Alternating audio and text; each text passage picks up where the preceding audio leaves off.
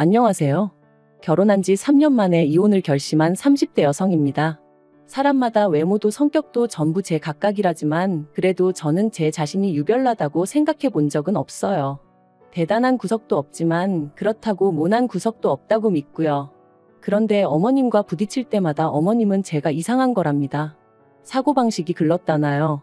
저도 남편만큼 배울 만큼 배웠고 남들처럼 멀쩡히 사회생활 잘만 하고 있는데 말해요. 그래서 내리게 된 제 결론은 그냥 저는 이 집이랑 안 맞는다였지요.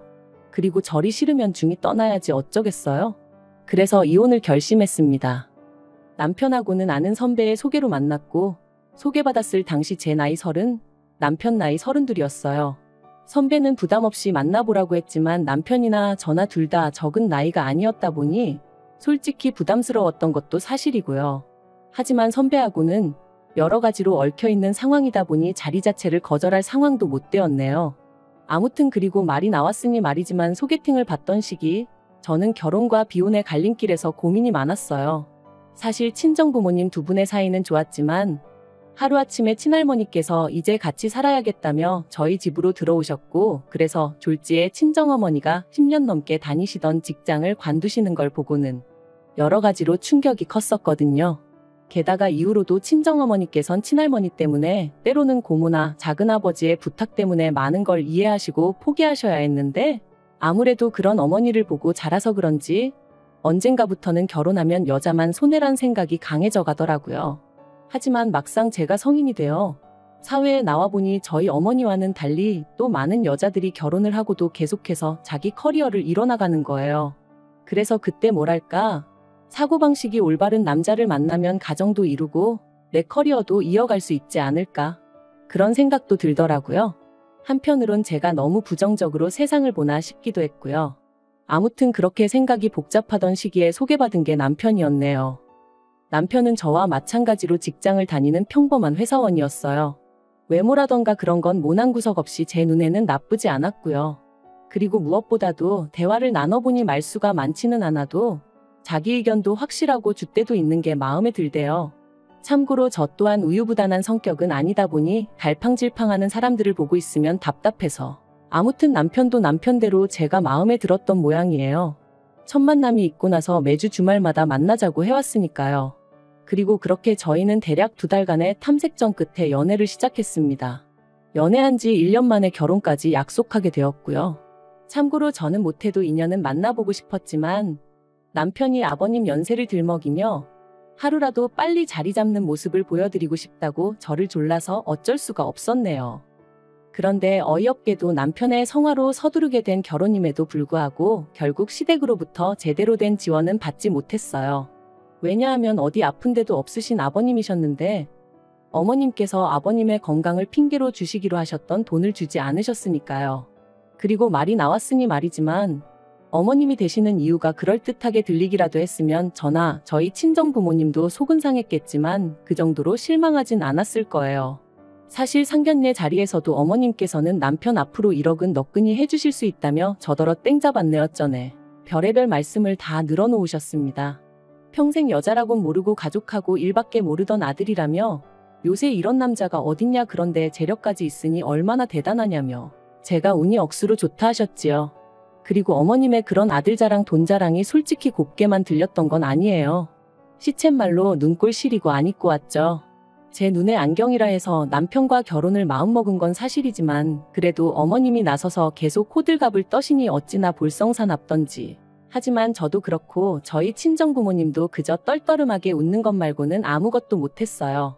당시 친정아버지가 작은아버지의 부탁으로 돈을 빌려주셨는데 작은아버지 사업에 문제가 생기면서 저희 친정에서는 1억씩이나 해줄 만한 상황이 못 되었거든요.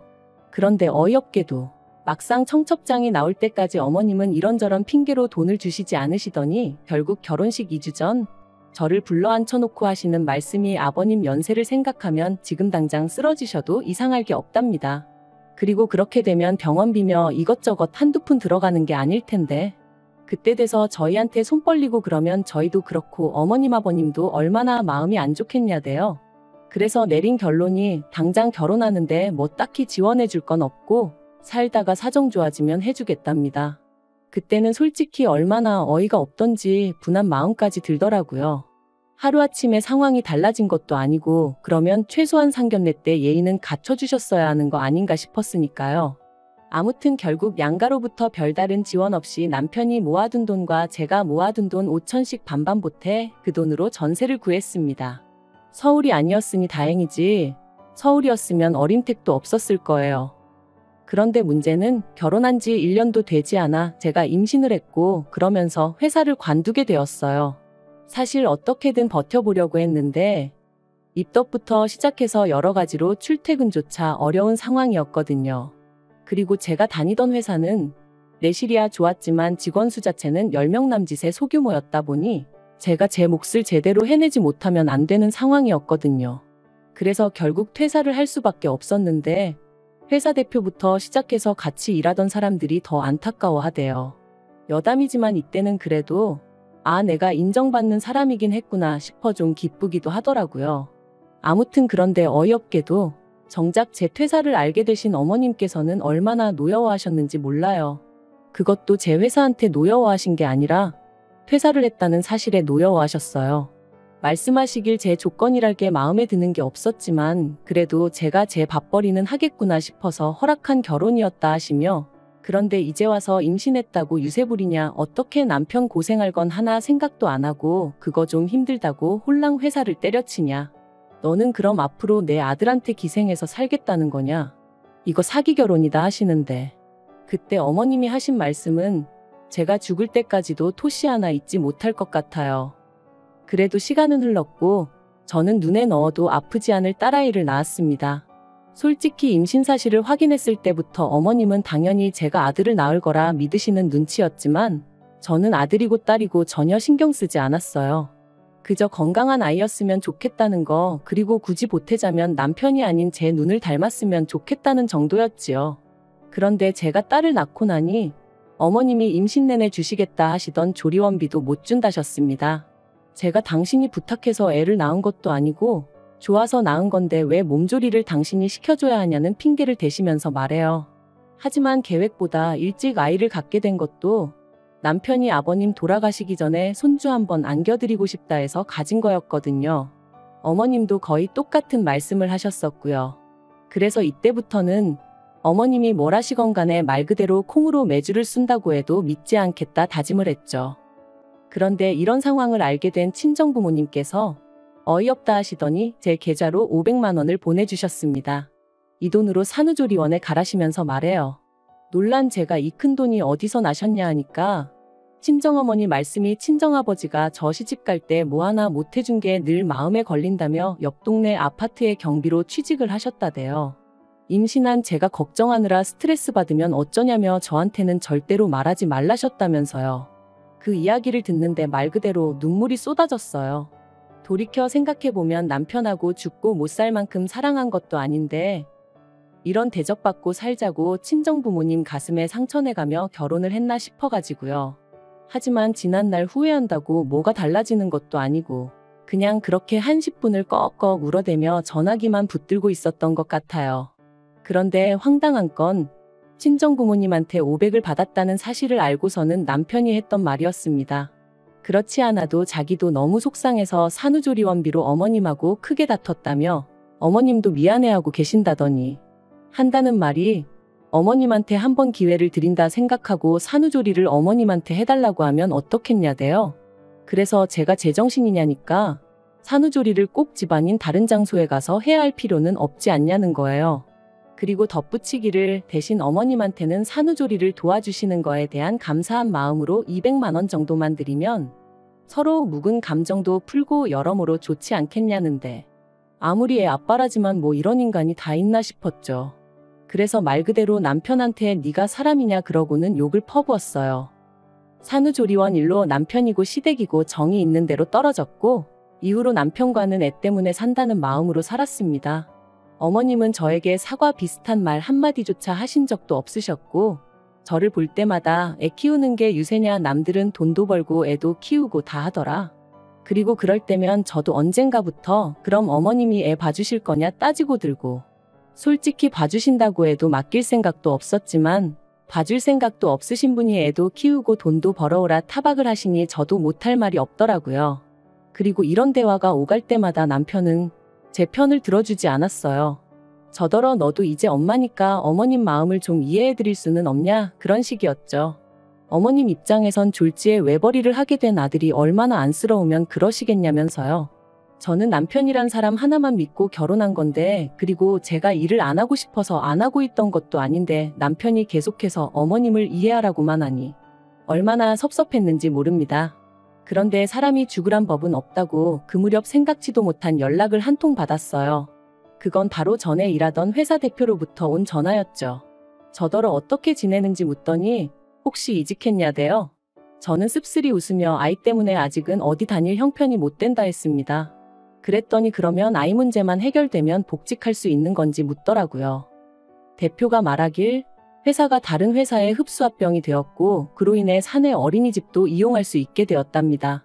그리고는 늘 성실하고 열심히 일하던 제가 하루아침에 임신 때문에 관둔 게 늘 마음에 걸렸다는 거예요. 그래서 사내 어린이집 얘기가 나오자마자 저한테 연락해봐야겠다는 생각뿐이었다면서, 참고로 대표 또한 애엄마였기에 제 마음을 헤아려 준 게 아닌가 싶어요. 아무튼 그렇게 저는 전 직장으로, 하지만 훨씬 더 좋은 연봉과 복지를 보장받고 복직하게 되었습니다. 그리고 그때부턴 매번 네가 빈대냐, 내 아들한테 빨대 꽂았냐, 어쩌냐 하며 막말을 퍼부으시던 어머님도 더는 아무 말도 못하시대요. 남편도 중간에서 제대로 제 편 한번 들어준 적이 없다 보니 말을 아끼는 듯 했고요. 저는 내친 김에 남편에게 살림과 아이에게 들어가는 생활비를 제외하곤 전부 다 각자 관리하자 선포했어요. 누군가는 저더러 남편이 외벌이할 때는 남편한테 생활비 다 써놓고 너가 돈 벌자마자 태도를 바꾸는 게 말이 되냐 할 수도 있지만, 한 번도 생활비 넉넉하게 타 써본 적 없고 남편한테 돈 타서 쓰는 동안 제대로 된 옷 한 벌 사 입어본 적 없습니다. 대부분이 식비와 아이 육아에 들어갔기에 저는 떳떳했고, 그래서 각출해서 관리하잔 소리도 할 수 있었던 거예요. 그리고 그렇게 생활을 이어간 지 2년째 되던 해 친정어머니의 환갑이셨습니다. 애시당초 남편에게 별 기대도 없었기에 같이 뭘 해야겠다는 계획도 세우지 않았어요. 아니나 다를까 남편도 저한테 장모님 생신인데 뭐 할 거냐 그런 건 묻지도 않았고요. 하긴 자기 부모님 생신도 제가 말해주지 않으면 깜빡깜빡하는 사람이었으니 뭘 기대했다면 기대한 제가 이상한 거였죠. 아무튼 그래서 친정부모님과 여행 가기 일주일 전 남편에게 친정부모님 모시고 일본에 간다 했어요. 친정어머니가 밥이나 한 끼 먹으면 되지 무슨 여행이냐 하셨지만, 그래도 온천 여행이라도 한번 시켜드리고 싶은 게 자식된 제 마음이었거든요. 남편은 심드렁한 표정으로 알겠다 했고 잘 다녀오라 한마디 하대요. 말이라도 나도 같이 가야 되는 거 아니냐, 돈은 있냐 묻지도 않았고요. 기대가 없었다고 말은 하지만 왜인지 서운했던 게 사실이에요. 그런데 지난달 초였어요. 어머님이 연락을 해오셔서는 대뜸 친정부모만 부모냐면서 어떻게 네 부모만 데리고 여행을 다녀왔냐 소리를 지르시대요. 그래서 제가 그게 아니라 환갑이시라 겸사겸사 다녀왔다 했습니다. 그리고는 어머님이 혹시 걱정하실까봐 드리는 말씀인데, 어머님 아들 돈은 1원 한 푼 쓰지 않았다 했죠. 하지만 어머님께서는 그래도 그건 경우가 아니라며 화를 내셨고, 당신 환갑 때는 아무것도 못했다며 하소연을 하셨습니다. 황당한 건 어머님 환갑 때는 제가 이 집 며느리가 아니었는데 말이죠. 어머님은 저희 친정어머니보다 나이가 6살이나 많으셨거든요. 그래서 제가 그러면 칠순 때 챙겨드리겠다 하니까 칠순까지 얼마나 남았는 줄 아느냐며 무조건 지금이라도 지나간 환갑을 챙겨달라셨어요. 어이도 없고 환장하겠더군요. 그렇게 전화로 1시간 10분을 시달린 끝에 알겠다 했습니다. 그런데 곰곰이 생각해보니까 제가 그걸 왜 해드려야 하나 싶더라고요. 그래서 남편한테 여행은 좀 과한 것 같다니까 저더러 알아서 하랍니다. 자기는 어머님 환갑 때 100만 원 해드렸으니까 이 일과는 상관이 없다면서 말이죠. 그리고 강 건너 불구경하듯 말하는 남편의 모습을 보고 있으니 그동안 어머님과 제가 갈등이 있을 때마다 남의 일마냥 먼 산만 보던 남편의 지난 과거들까지 떠오르면서 더더욱 억울하고 분한 마음이 들더라고요. 그래서 저도 이대로는 못 넘어가겠다, 말 그대로 복수를 해야겠다 싶대요. 그래서 어머님이 저한테 이렇게 주신다며 잔뜩 기대하게 만드셨던 것처럼 저도 여행 일정이며 이런저런 이야기로 남편과 어머님을 잔뜩 들뜨게 만들었어요. 그리고 출발 하루 전날 남편과 함께 어머님 댁에 찾아가 갑자기 사정이 생겨 여행을 못 갈 것 같다고 통보해버렸습니다. 영문도 모르고 같이 간 남편이 눈이 휘둥그레져서 저를 쳐다보더라고요. 그리고 역시나 제 예상대로 말 그대로 난리가 났어요. 제가 당신을 가지고 놀았다면서 세상에 이런 법이 어딨냐 하시더니 약속을 했으면 지켜야지 사람을 뭘로 보고 이런 짓을 하냐면서요. 그래서 저도 지지 않고 저는 어머님 사정을 다 이해해드렸는데 어머님은 왜 저를 이해 못 해주시냐 서운하다 받아쳤습니다.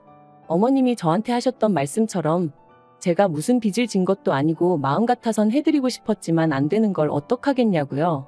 그랬더니 어머님도 더는 아무 말씀을 못 하시긴 하대요. 하지만 이 일로 남편 입에서 이혼 소리까지 나올 줄은 솔직히 꿈에도 생각을 못했습니다.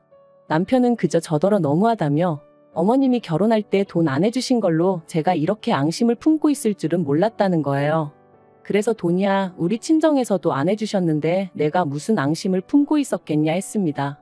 하지만 이후로 어머님이 돈 가지고 나를 얼마나 서운하게 하셨는지 당신은 알지 않냐고. 그때 맺힌 게 지금 이렇게 터져나온 것뿐이라 했죠. 하지만 남편은 저를 이해하려 노력하기보다는 그래도 어머님이 얼마나 상처를 받으셨겠냐며 제가 심했답니다. 그리고 그런 남편과 저도 더는 대화하고 싶지 않아 마음대로 생각하라 했는데 남편이 친정부모님과 여행하면서 든 돈이 얼마냐며 그 돈하고 똑같은 액수로 어머님한테 드리래요. 제 잘못에 대한 용서를 구하면서 말이죠. 그리고 그 말을 들으니 앞으로 살면서 이보다 더한 일들도 많을 텐데 그럴 때마다 남편은 제 편이 아니겠구나 싶은 생각이 들면서 이혼하자는 남편을 더 이상 붙잡고 싶지 않아졌습니다. 솔직히 붙잡은 것도 제가 남편이 너무 좋아서 그런 것보단 애 아빠니까 그런 거였고요. 결국 남편과 저는 협의 이혼 중이고 앞으로 한 달 정도면 저희는 완전히 남남이 됩니다. 앞으로 혼자 아이를 키우며 살 생각을 하면 솔직히 눈앞이 깜깜하기도 하지만 그래도 정서적으로나 경제적으로나 뭐 하나 의지하기 힘든 사람과 부대끼며 사는 것보단 혼자가 낫겠다는 확신이 있거든요. 그리고 엄밀히 말하면 저를 아껴주는 부모님과 직장 동료들 친구들이 있으니 저는 혼자가 아니죠. 잘 살 수 있을 거라 믿어요.